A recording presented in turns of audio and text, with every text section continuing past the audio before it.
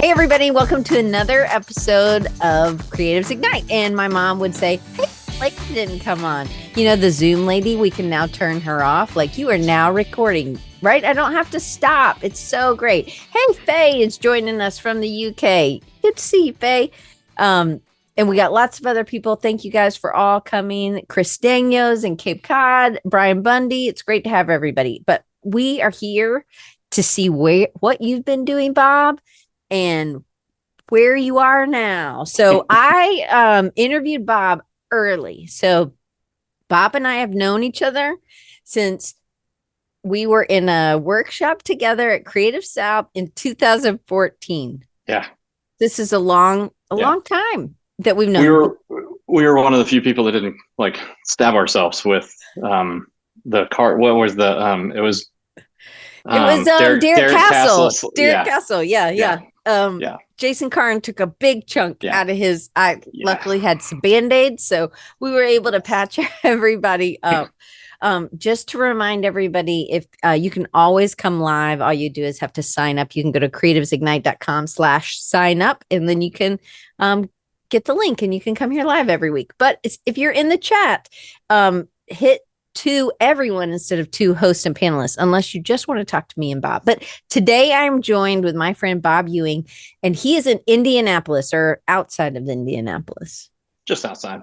Technically, our address is Indianapolis. So okay, he's still got that zip code, people. Okay, so we are going to be talking about during the 10-year anniversary. We kind of had 2 anniversary episodes. And I think Doc Reed was the one who said, hey, it would be great to have some people who you've had on and see where they are now. So I looked at some of the ones that some of my favorite people, and I decided, okay, I haven't had you on in a while, and I do. It looks like I'm about to flash you, but I'm not. I have my inch by inch shirt on, right? But it's too cold in my office. It's hot outside, cold in my office. But Bob and Drew came on, and that was the last time. I think it was 2015, maybe, when we talked about inch by inch. Yeah. But then in 2000, I don't know, it was 2014, 2015, I had you on, and you had huge amount of growth. You were doing drawings and working on lettering every day it was like a 365, but it wasn't a 365. You're like, I'm just going to get better at this. And then there was a day, it was in the 500s, I believe, that you were like, I'm going to stop doing this every day. Right. Yeah. Yep. 532, maybe, I think. That's funny. I can't, that number used to be pretty ingrained in my head, but it's somewhere around there. I think. But a lot has changed. So I just want, in case somebody doesn't know, take them a little bit into your history and tell them what you were doing maybe back in 2015, and then take us to where you are today. Yeah. So thank you for having me on. I appreciate it. I actually went back and looked, and I was on a couple times, and then Drew and I were on for inch by inch, but I think it was all 2014, 2015. And around that time, I was like 2014. I think I was like 200 days into the daily lettering thing. But I started out in I knew I was going to be an architect, 100% high school, worked for my uncle's architectural firm, and had no doubt what I was going to be. And so I went to college for architecture, spent 3.5 years there before I decided that that's not what I wanted to be. And instead of doing it the right way and maybe changing majors and finishing school, I just decided to leave, and which was nice because the school asked me to leave too, and I was like, that's too bad. I'm already leaving, so you can't tell me to leave. So I kind of wandered for a few years doing random stuff, not random, but stuff I had grown up doing, electrical work and trim carpentry, and short stint living in Florida, before I finally came back to Indianapolis to be with my now wife. She's the reason why I came back here, and all of our friends and family are here. And at some point I figured out what design was. I didn't know what design was. When I was in high school, we didn't have any design classes at all. So I always kind of felt like I was behind I had a lot of issues early on with just like comparison syndrome, which I know, which doesn't ever go away. Honestly, it's still there. You're just better at dealing with it. It's a daily like thing, but you just, as you get older, you move past it. But I always felt like I was behind, and I was kind of like didn't really know where I fit in, and I kind of started at the bottom, working at a print shop. Finally got my first agency job as a production artist. So I started kind of at the lowest rung of the design world and as far as agencies go, and kind of worked my way up to art direction.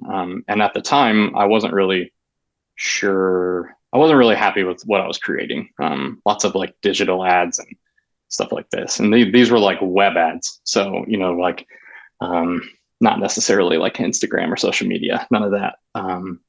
So I started lettering one day, and I made it, basically made a decision to do it every day. And that took me, through a couple different agencies, 500 and some days before I finally realized that I'm, putting way too much in than I was getting out.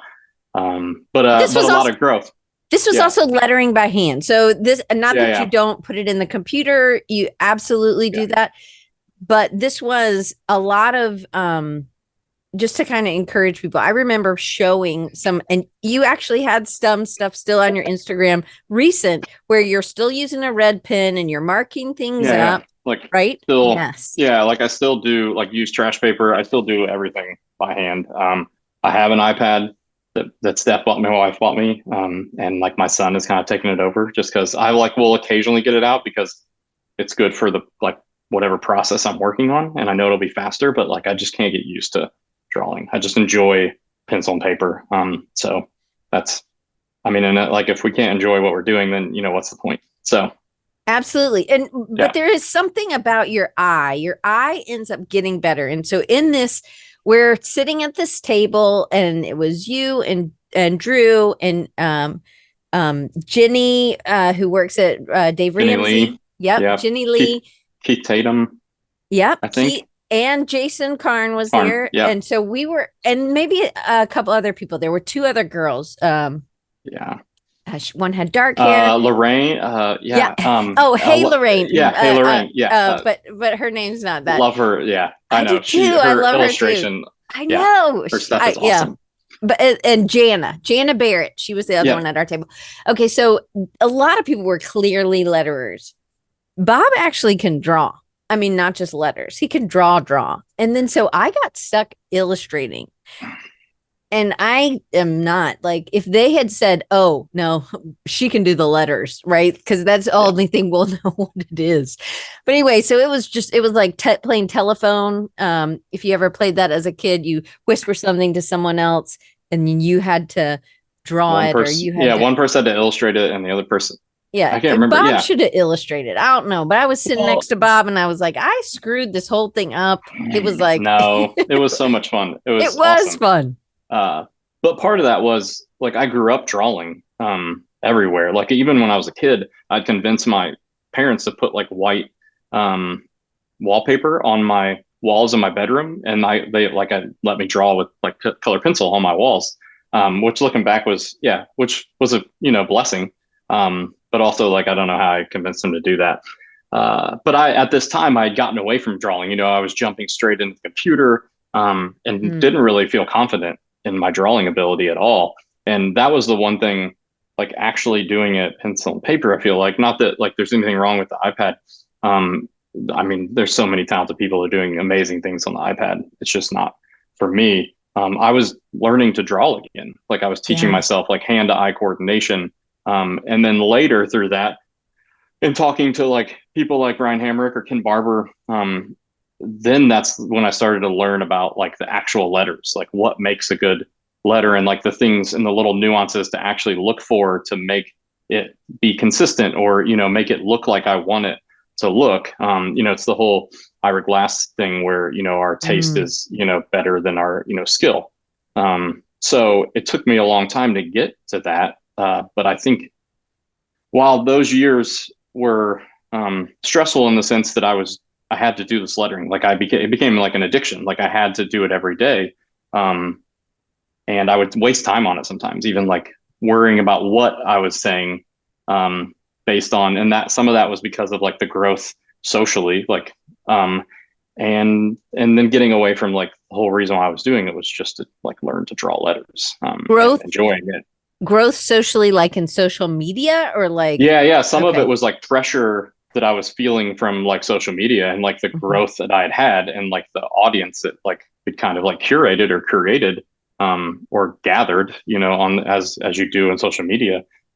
Sometimes I was much more worried about the content I was saying. And so finally got to the point where I was just like, I'm putting in way more than I'm getting out. Steph and I had many conversations about how much time I'd spend on it. Like I'd work, I'd do freelance, and then I had to do this. And at the time, my daughter was a couple years old. We had just had our son right around the same time. And I was like, okay, this is like, it has to be done. And it took me a couple days to come to it. I did like 3 posts in a row, as kind of a way to like come to terms with it. And I remember that like 534th day or 5th day, whatever it was, like this like huge sense of relief that like I didn't have to do it. And at that point I was like, okay, like there's no doubt that I'd made the right, decision. So, but all that, I felt like since I was late to design world, I felt like it was a way for me, not only of like finding something that I really enjoy doing, and it was kind of this like crossover from like my past to like design. I was bridging that together. I felt like I caught up, it was intensive and I wouldn't recommend it for everyone, but like it worked. I don't know if it worked. I mean, it worked, but I don't know if it was the most successful or the best way to do it. Like I don't have any regrets about it. But it's like, but you were able to hone in, and this is what I think of when we really focus on something. You might get bored in the first 60 days, 100 days or whatever. But if you keep studying, and if you, this is the stuff that if you zoom into what Bob is seeing, what he circled, and he's like, I got to fix the R here or whatever. I'm like, I don't even see that.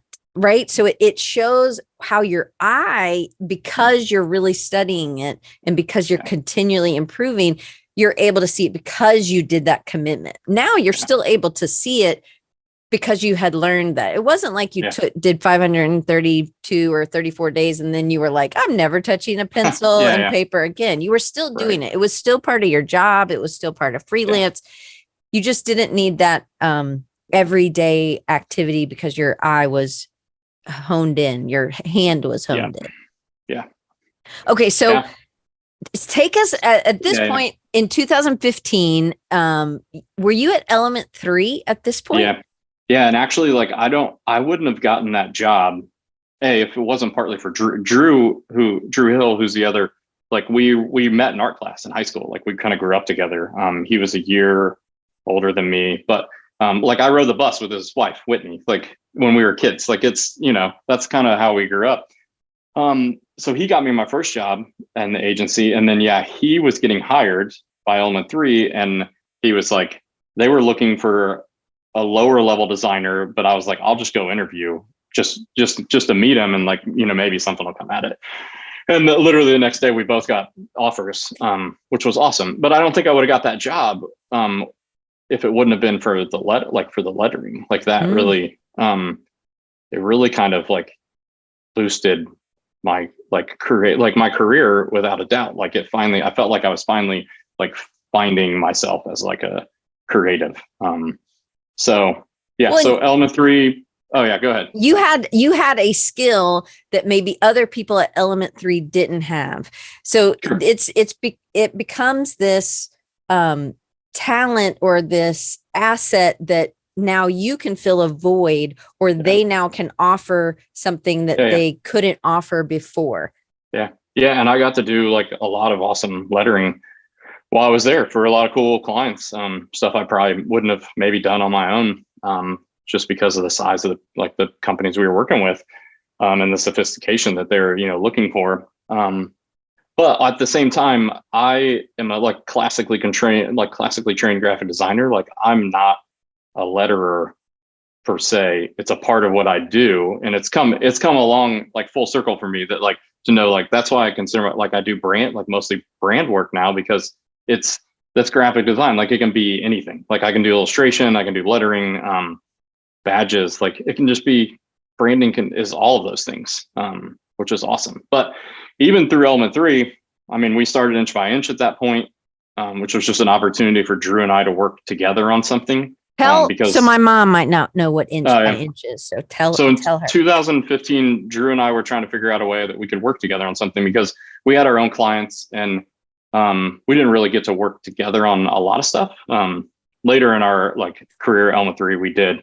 But so we started, it was a we grew up in, the 80s and 90s, with those, bands would always do the 1-inch buttons, and we both were fond of those. So we decided this is a great thing. No one's doing a button, a 1-inch button club.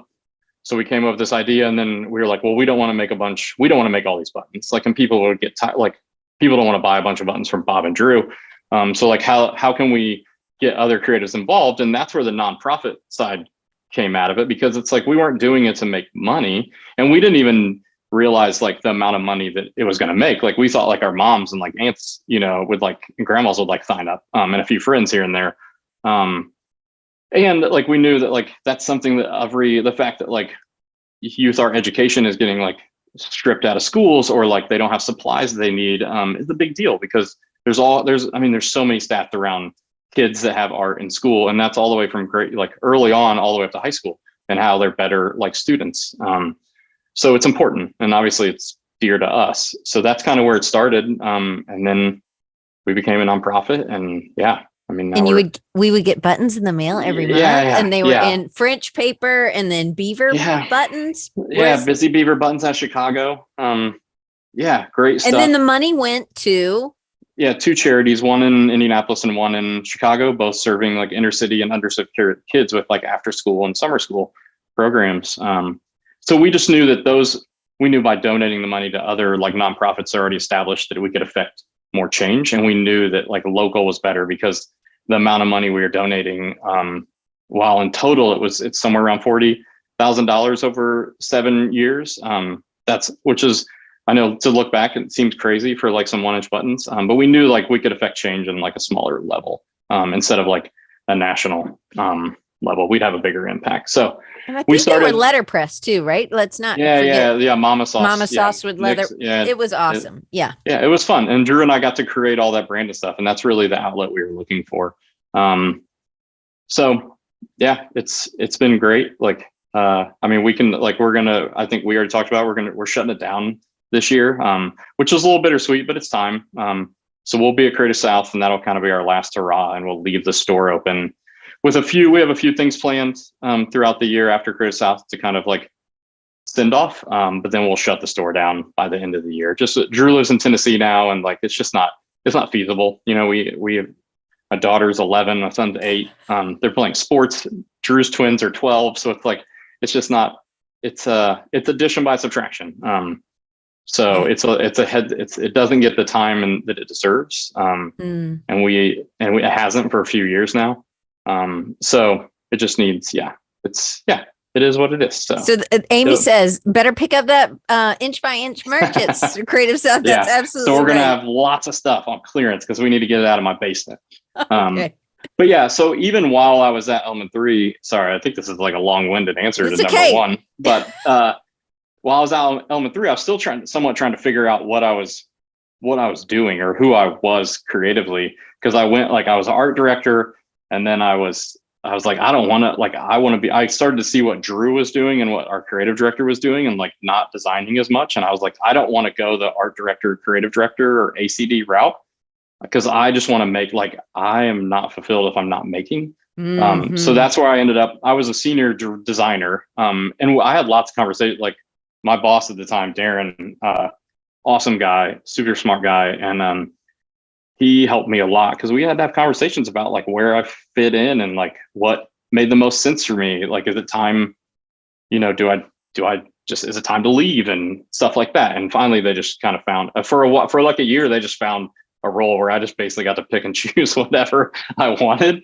just to it was wild. And I appreciated it very much, because it allowed us to do some cool stuff. And I just got to pop into teams and do, a little bit here and there. And then, but ultimately, into 2018, beginning of 2019, I'd kind of felt this urge that was I was element 3 and myself were growing in 2 different directions. And similar to the lettering thing, I felt not necessarily I was putting more in than I was getting out, but like I wasn't as fulfilled, and I wasn't like enjoying the work as much. So it took me a few months. It wasn't until I went to Raleigh for Thrive, and I was down there. I think like Mark Canesso and the Hoods were there, and Draplin.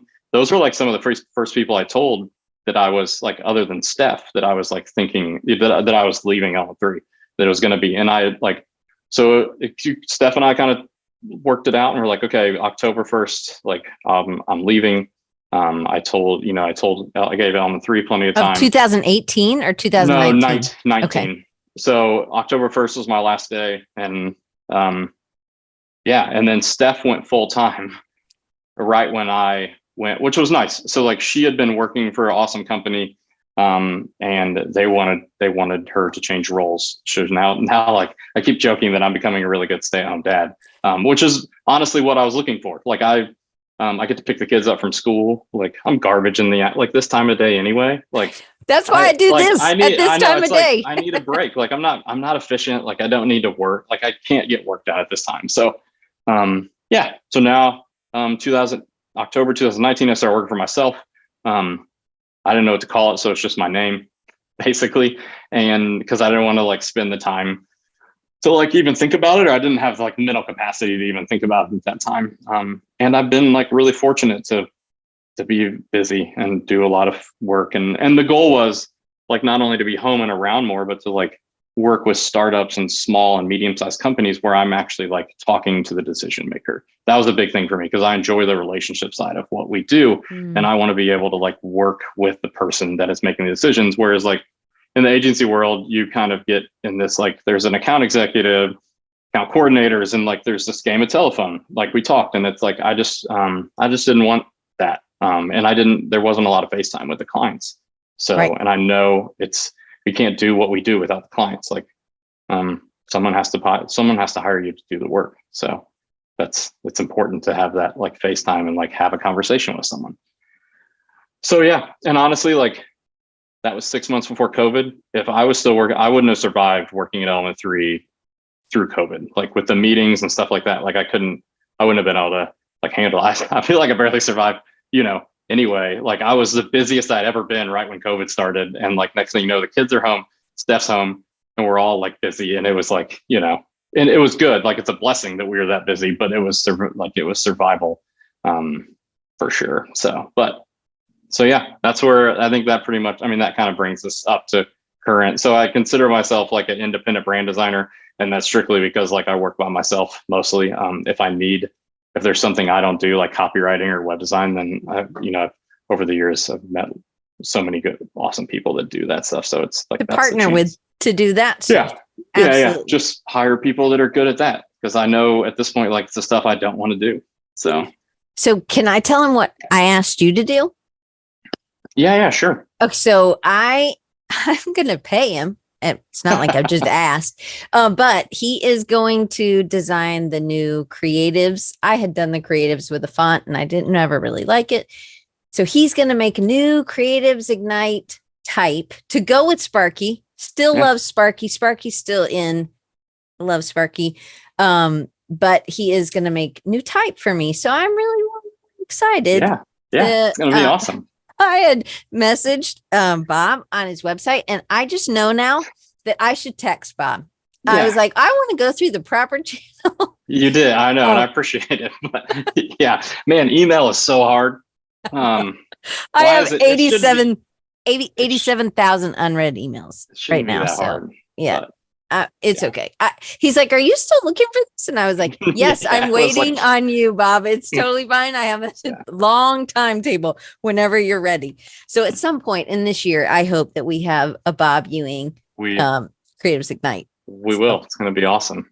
So and that's always like, honestly, that's like one of the best feelings ever when like someone, like a friend of yours, someone that like hires you to do work. Like or like gives you a review, like, and, gives your name to someone else. Like that's the best feeling ever. So that's why it's what matters. So it is. And that's why I think us together, when we get to know each other, everybody here in the chat that comes live, when we get to start talking and then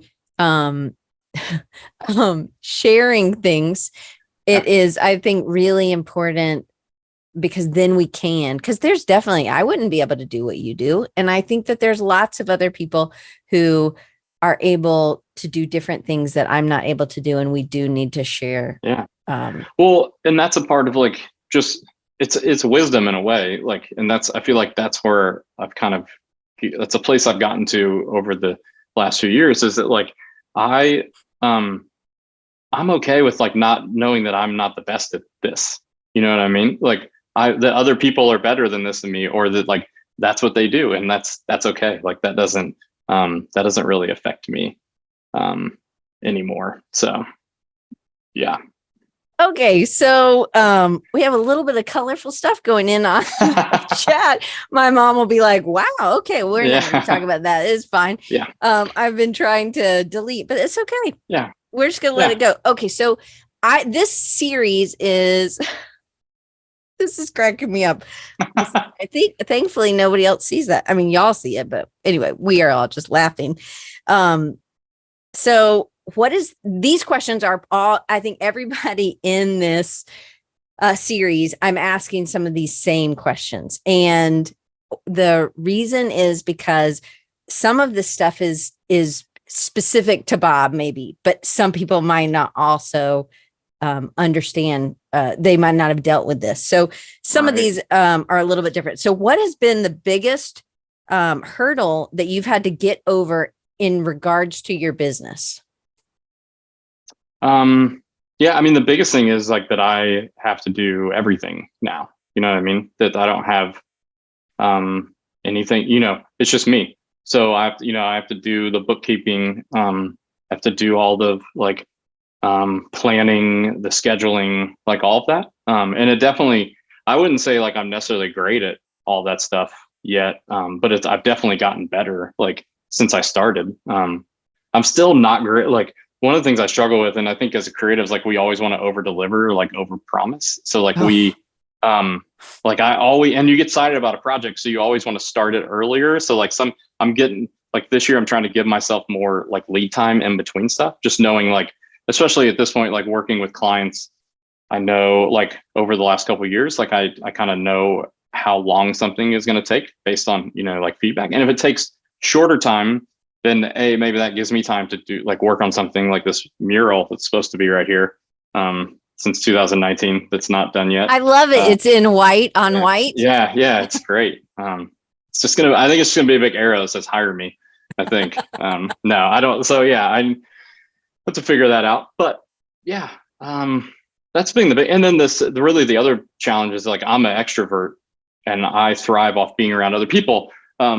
So it's just me and the dog most days, because Steph's in the office like 3 days a week.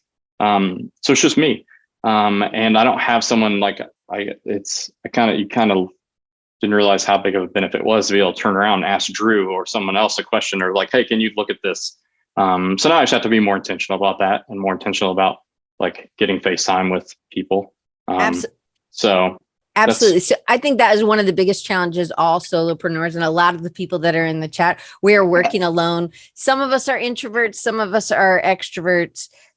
Me and you are in the extrovert category, but I don't have somebody sometimes to look at stuff, and I'm like, I'm too close to it, and I'm like, does this look cool? Because I think this looks cool, but I'm not sure anymore. Right. And that's a huge change from agency or a smaller design firm. So it's like, how can we bridge that? And I think that there's communities, there's having somebody you can text and get some feedback on, or say, hey, can I send you this? And you Marco Polo me back with what you think. I just think having some trusted people that you can do that with is really big. So what about creatively? Because this is one of the things as a solopreneur myself, I also find has been when you're just grinding and you're working, being creative and continuing to just nurture that creativity. What's been a big creative challenge? Was it a particular project, or is it just the consistency?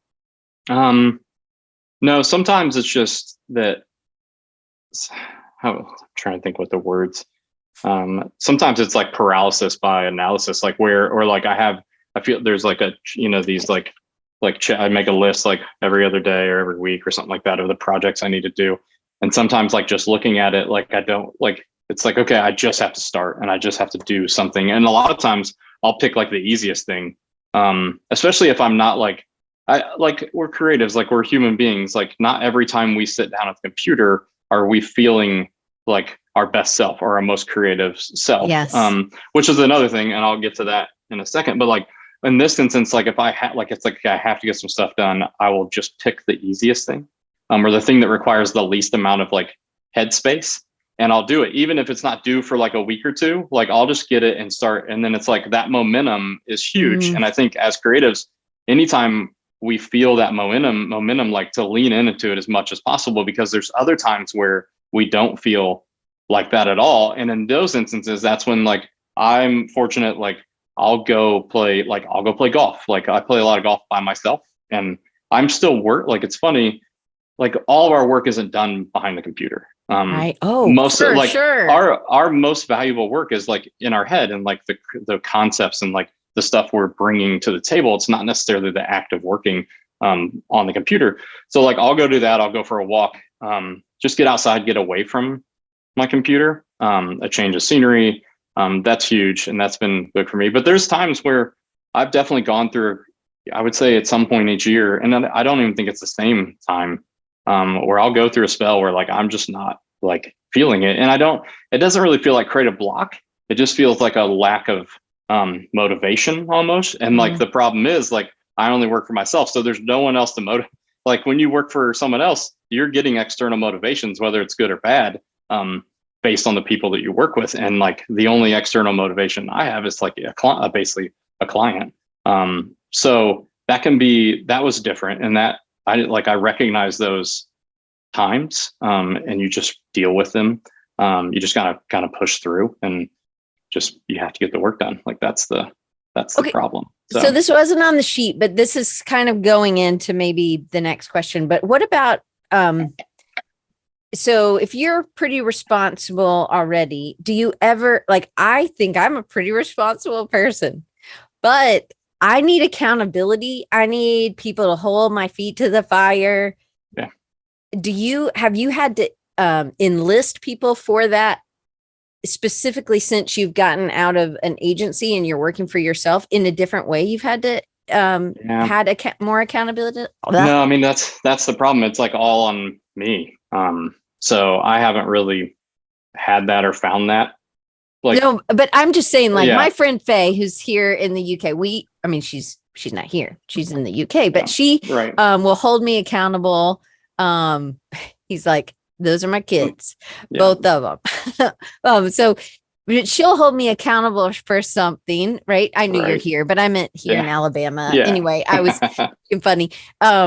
But like so I've had to enlist her to hold me accountable for something. And she asks me and texts me if I've done this thing. Yeah. And I think that, so have you had to do that, or? No, you're pretty like good. I don't know if I'm good at it or not. Like, I think I struggle with it just as much as, if not more than the next person. It's just, I don't know. So like, it's just me. So you got to you just kind of figure it out, because no one else is going to figure it out for you. Like, I can appreciate what you're saying, and someone like that would be beneficial. But then, like, I know, like, Steph is very busy. She's very organized, and she's a planner, and that's not who I am. And I don't think like that. But she is like, she can't be that person to me, because she works full time. So when she comes home, and she's your wife, she doesn't need to be that. So she's already doing that with life in general on everything that's not designed. So she doesn't need to be doing that for work too. So no, it's just me. And like, I'll be like, sometimes deadlines come and go. And that's on me. Like, that's the one thing I like trying to be better about, is like, if like delivering, under promise, over deliver, like, and sometimes, and it's not bad. Like, it's just like, you have to give yourself the time, because that's all we have. Like, we need time to work. Just go. Yes. Like, that's what they'll do. They'll just stand there and stare at you. And I'm like, do you want to ride your bike in the street on the busiest road? Go ahead. Go play with the flamethrower. Like, okay. So in this, let's talk about time management, because this tends to be a struggle for a lot of people like me who have ADHD, or just people who are interested and we have lots of interest, or we're social, or so how do you at all struggle with time management? Oh yeah. Yeah. Like I said, that's not my strong suit at all. But somehow you keep a reasonable, your list is only on a note card. It's not on a toilet paper roll. Well, I mean, there's only so many lines, so you can't, but like, these are the lists, like, like those are old lists, but like, that's the good thing about these cards is there's only this many lines. So my list can't be longer than that. Okay.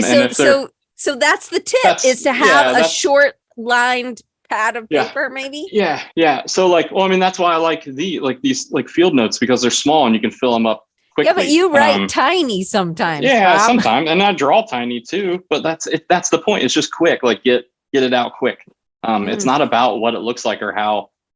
It doesn't need to be neat. Like, it's just about get the ideas out in that sense. Do you take your field notes with you when you go to a soccer game or when you are out for a walk?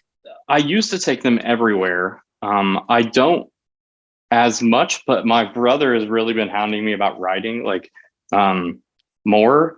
So it's been weighing on me, and I'm gonna I started taking them I started carrying them more just so I can write things down and not use my phone. Like, I'm on my phone enough. Like, I don't, and like I said, I enjoy pencil and paper or pen and paper. So yeah, I think going back to and this kind of parlays into the lettering thing, when I did that, I'd set some goals for myself, but if you're going to do a project like that, they have to be easily attainable.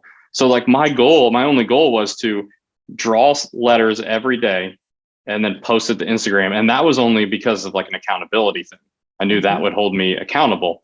At the time, there was no other motive besides just doing that.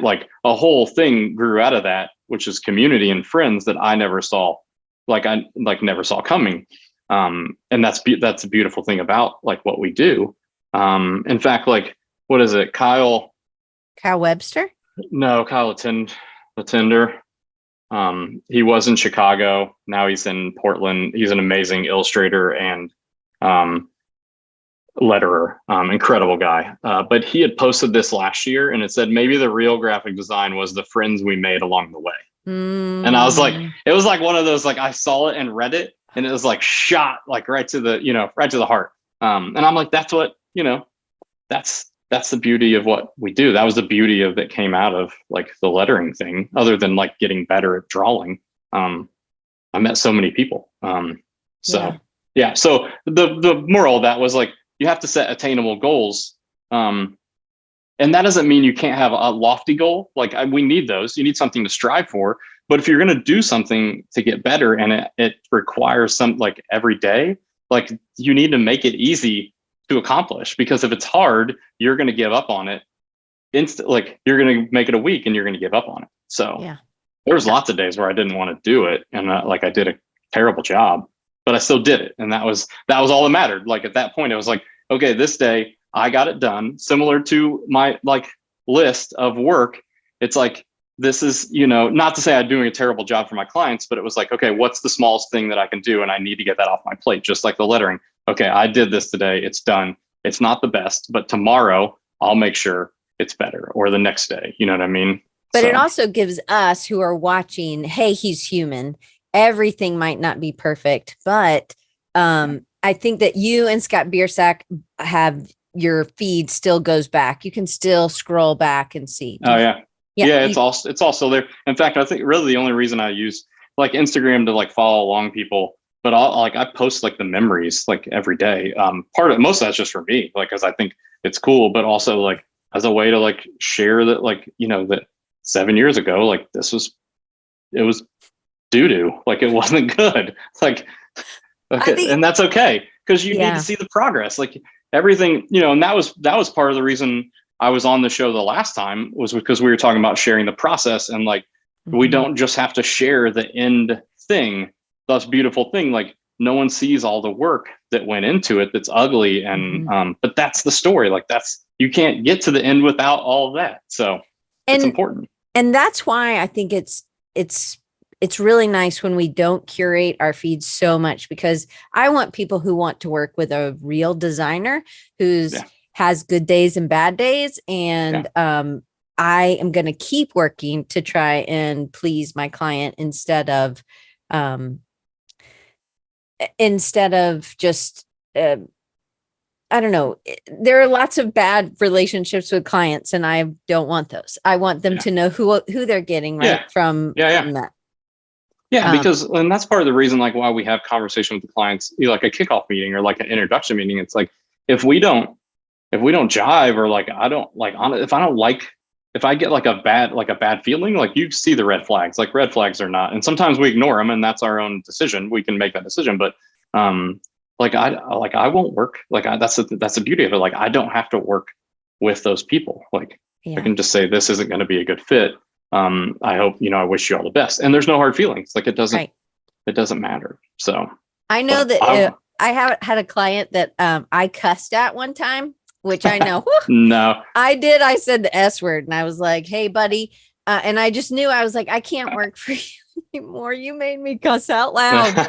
So I was like, okay. And I worked for this guy for 5 years. Anyway. Okay. So how about marketing yourself? Oh, Doc asked a question. Are you still posting daily? Are you still are you telling the story in other places? Yeah. No, like I'll post, like I try and share the workout because that's what allowed me to do the work that I want to do. Like if you don't share the work, you're not going to get hired to do that work. Like that's how it works. The people looking for that work aren't going to hire you if they don't know you do that.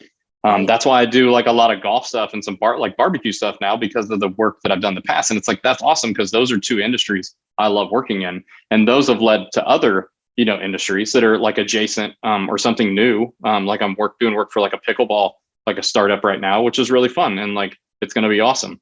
And whenever that comes out, like I'll be excited to share that. But Instagram is what it is. Like you can't make it what it used to be. It's never going to be that. It's evolved into what they want it to be. And it's hard to share constantly when that people aren't seeing it. That's why I do share on the stories like every day, like the memories. But that's really all. And then for me, it's a consumption thing. Like I'm using it to consume what other people are doing. I'm not like very active on it. So, but it's fine. So in this, this doing this daily drawing you didn't know it in the beginning, but it was a marketing tool for you in the past. What, my question was, do you struggle with marketing yourself? Are there any stories around that, or is there a strategy that you have now? And again, I know strategies change. Like you're like, well, I tried this, it didn't work. I'm trying this again. Is there anything? No, like I get this question some, and I don't know, like if I'm naive, but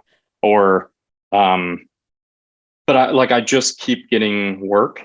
And I think that, and part of it is like, it's some referral, but some of it naturally just comes in, but that's because of the effort that I have put into sharing my work over the last 10 or 12 years. Like all that hasn't gone to waste, because it's out there and it's available for people that are searching for specific stuff. And like, so, I mean, I think like it's obviously like a prayer topic, like that it keeps coming in, like that I keep getting work.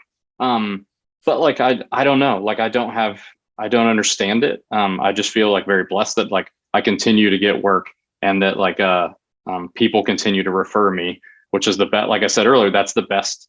That's the best feeling ever, when someone refers you, that's that you the worked with. Power of community, right? So of staying in touch. It doesn't matter. You don't have to be on Instagram every day, but what it matters is that if you are looking for stuff, that you talk to people. I think that a lot of us tend to think that we don't want to tell anybody that we're struggling, or maybe we don't want to tell people that what we're looking for. Hey, I would really like, I know that Doc would love to work for Red Bull, I think, right, Doc? Or an energy, like something like that. He's like said that. And I'm like, we should have these like But if you never say this, my friend Debbie Clapper would love to draw on a pool, not like cute pool, but like a pool you swim in, like you have to claim that, and you have to like, I want to do this thing. And I think you have to say it out loud, because then people start connecting you to that thing. And they're like, oh, my friend has a pool. They want a mural in there. I'm going to call Debbie Clapper.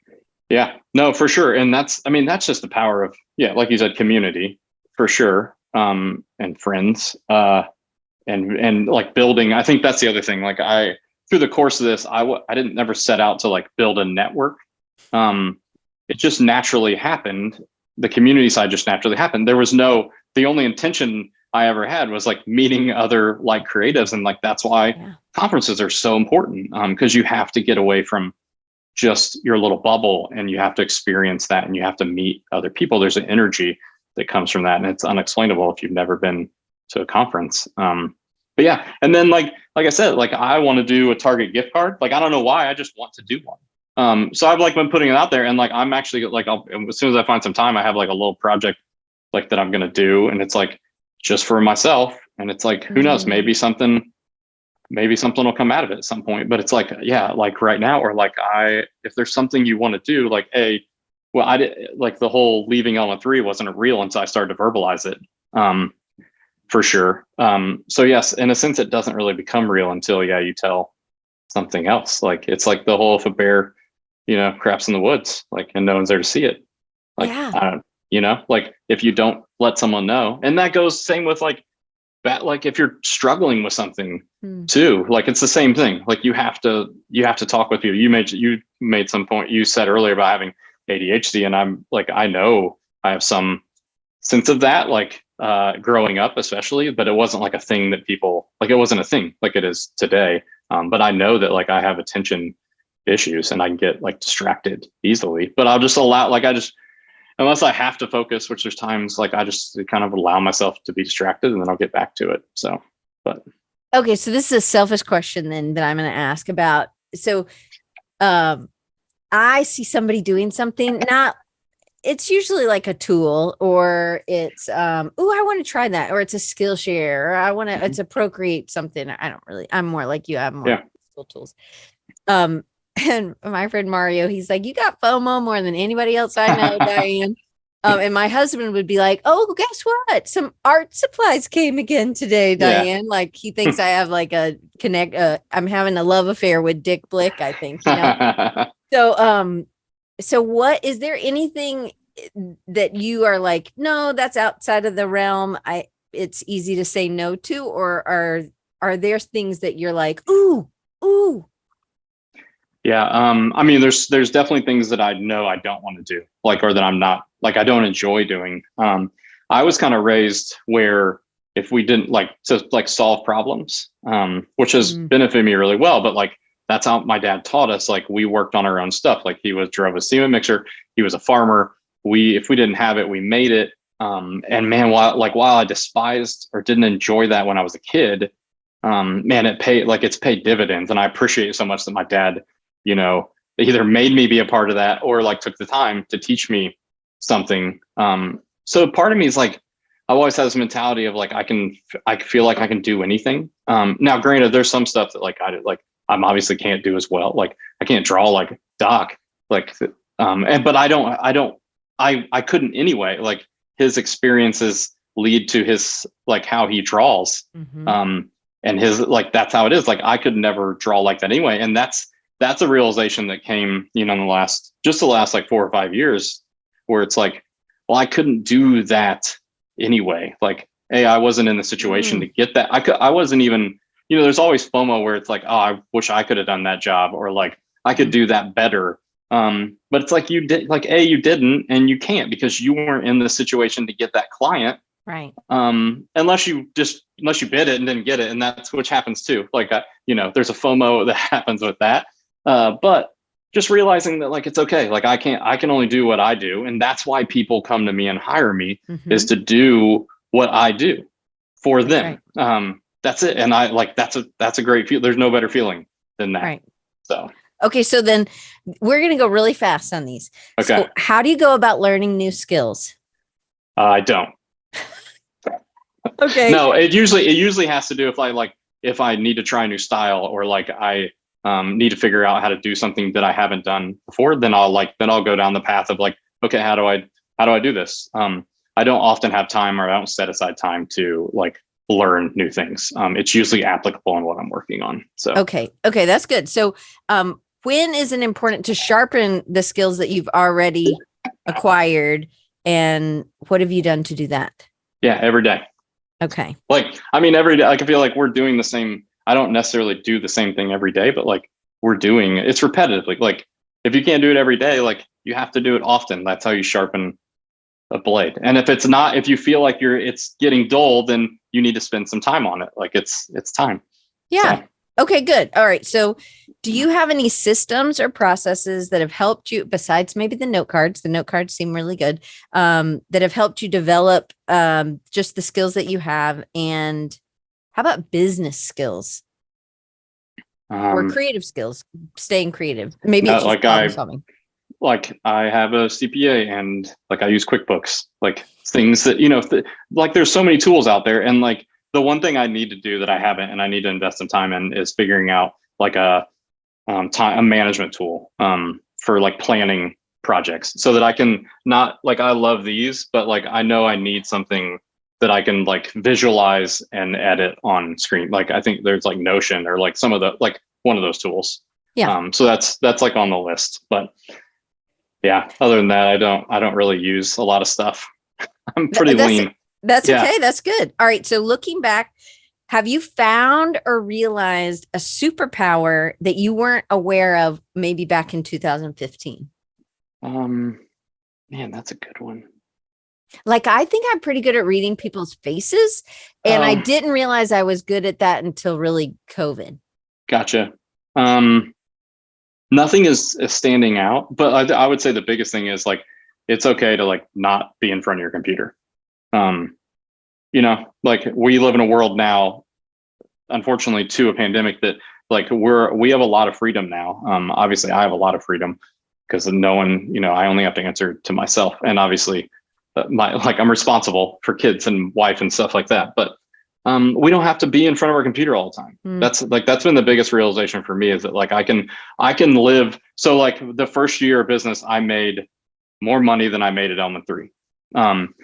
The last 2 years, I've made about what I was making in Element 3, more still, but not as much as that first year. But I was like really grinding, and I took on a lot of work that first year. But I'm happier, and I have more free time to do other things, and I don't need. And that's way more valuable than whatever that chunk of money is that I can live without. So, yeah. And my wife works full time, so so it works out good. And I'm more available. Like I do the grocery shopping, I cook a lot more, which I enjoy. And I'm like I said, I can go on field trips with the kids. I can pick them up from school. Like these are all decisions. It's why I work for myself. So yeah, that's cool. Not everything has to be done behind the computer. That's the answer. And I like the problem solving. We're not always problem solving behind the computer. It's really good to get out and do that. So do you ever deal with being overwhelmed? And if so, how have you dealt with that?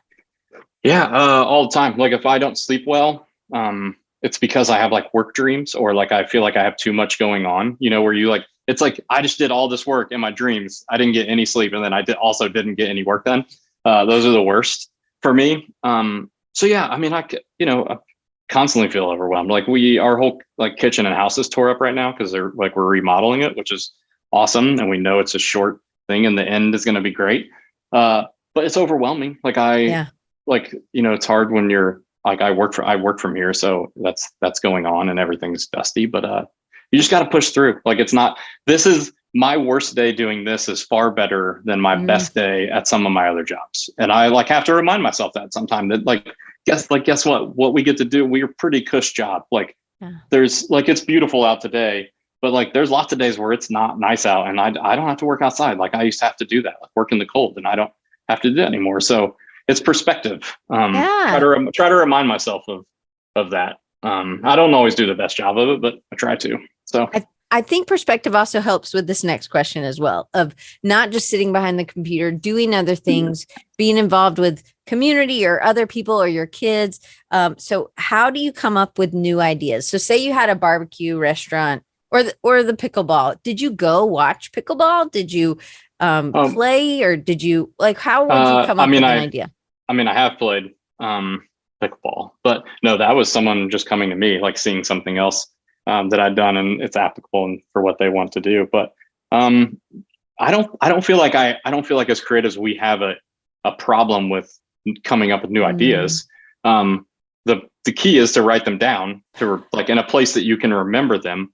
The problem is having the time to execute on them, or knowing when the right time to execute on them is.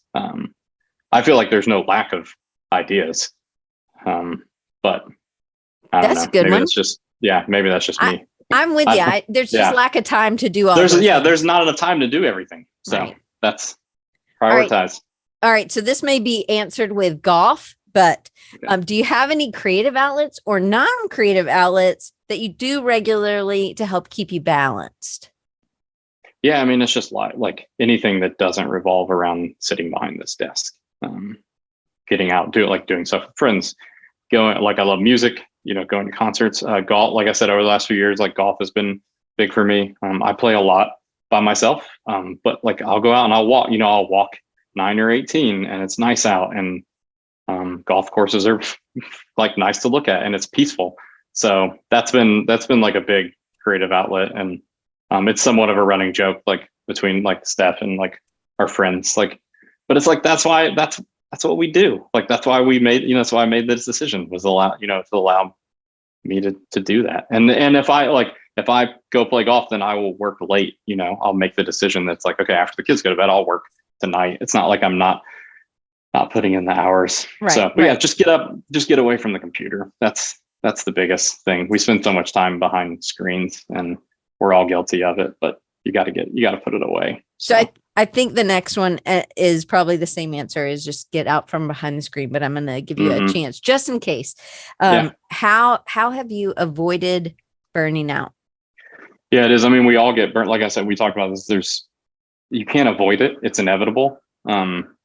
We have creativity is not, I don't know. I kind of believe two different ways. Creativity is not an infinite resource, in the sense that you can empty your tank, but you have to do things that fill it back up. And those things don't have to be working, right? You can be creative in another sense. So yeah, it is the same answer basically, but yeah, that's why I said, it's important when you're feeling really creative or motivated to ride that and milk it for everything that you can. Because there's times where you're the opposite. And you still have to but the thing is, it's we're adults, we have work to do. So you have to push through, you have to do it, but it's not unavoidable. It happens to all of us. That's true. So. Absolutely. Okay. So then you have collaborated with Drew on Inch by Inch. What, do you collaborate with other people, or do you feel like when you have a client, that's the collaboration? Yeah, I mean, definitely. I mean, client relationship is the collaboration. I really like working with other creatives, and I do a fair share of that. One thing I really like to do is fine tuning lettering. I had a chance to work with Ashley. Man, why is her name escaping me? She's from New Orleans. Small Chalk is her handle. Anyway, she was working on Commander's a rebrand for Commander's Palace, which is a really famous restaurant in New Orleans, from the 1800s, late 1800s. So she had basically said, "Hey, I did this in Procreate, but I need you to literally fine tune it and make it bulletproof and make it consistent." And those are some of my favorite projects, because I can get in the weeds and really nerd out on the details, and I enjoy that. I enjoy that just as much as creating the brand myself. And I think that's an offering that a lot of people don't know that I do. It's essentially it's consulting specifically for lettering or word marks. And so it's just another reason why I need to do finish or actually create a website, so I can, publicize that I do that, because people aren't going to hire you to do that unless they just think of you, which happens in this case. But yeah, you got to put it out there. So I love that. It's great. Yeah. That's great to know. So what makes What's the element of a perfect collaborative project for you? Oh, I don't know. Communication. I mean, for me, it's just like I said, working with friends. But communication is the key to collaborating, and then being open. It's not just your ideas. There's a, there's something magic that happened. Like you and I would create something completely different than something I would create on my own. That's how collaboration works. So yeah, hopefully. right? Yeah. Some people can be maybe too tight on certain things. Yeah, but you can't be. That's the thing about you have to be open. You have to compromise. But that's how ideas come together. So, right. But the same goes for our clients. They're not, there's this persona that clients are bad. But it's we can't do this without the clients. You just have to it's for them. I always tell my clients, the goal for this is for you to be happy in the investment that you made in me on your brand or whatever you're doing. You have to be satisfied and happy when this is done. I don't have to be, you know what I mean? It's not for me. They care about their brand more than anyone else will. So, right. Okay. 3 more questions. These are fast. Okay. So this is in the last year. So not since we talked last, but what's one thing that you learned about yourself in the last year that's been most impactful for you as to your life or your business or both? I thought about this. I've obviously read through these, and I don't know. I think the biggest thing is that I'm not we're human, and it's hard to show up every day and be creative, especially because you can't shut it off. There's always a joke that there's no switch on this. You can't turn it off, which is a gift and a curse.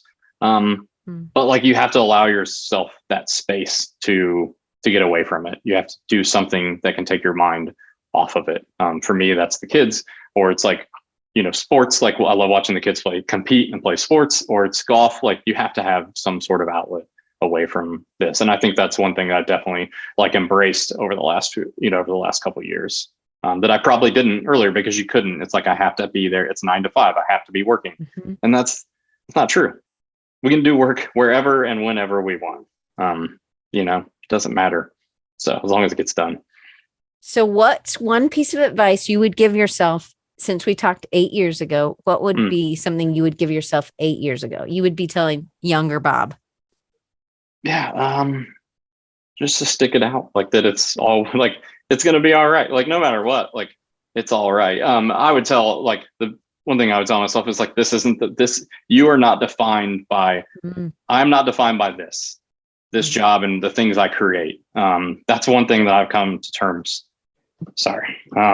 with pretty, that kind of hit me hard. And that was leaving element 3. Because I was am I defined by element 3? Can I, I had a lot of doubt, can I do this? But I'm not here for this. There's a much bigger thing going on here, and that.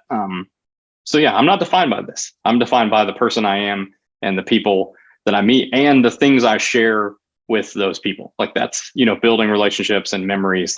That's what I'm defined by. So those are the people that I'm going to take note of when they say something to me, good or bad. I'll take that to heart. So yeah.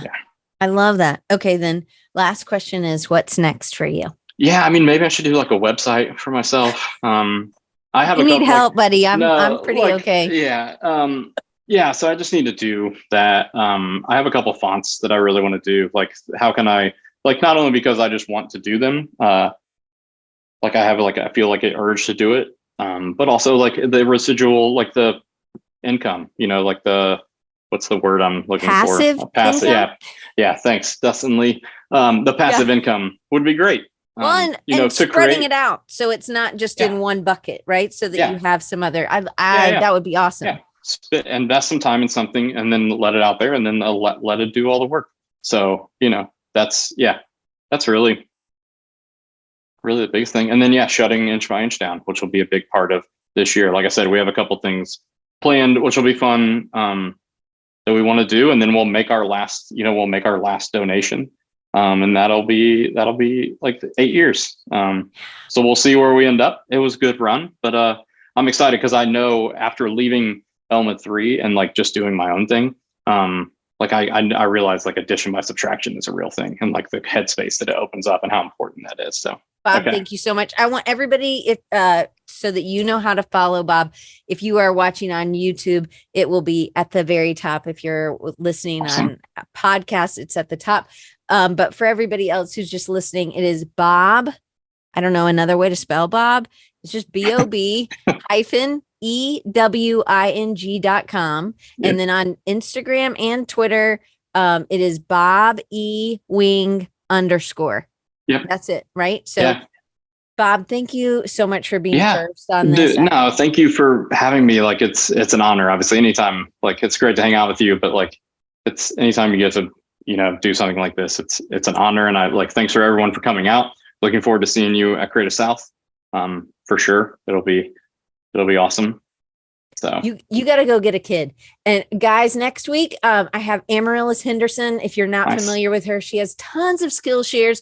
She is doing different things than when we talked last time. Again, it's the where are they now? But Bob, thank you so much for kicking it off. And the Love on Designers things are going out, and it'll be in your email next week to see, so that you guys know who won. Awesome. And Bob, thank you so much. And I will see you guys next week. Appreciate you. Thank you, Bob.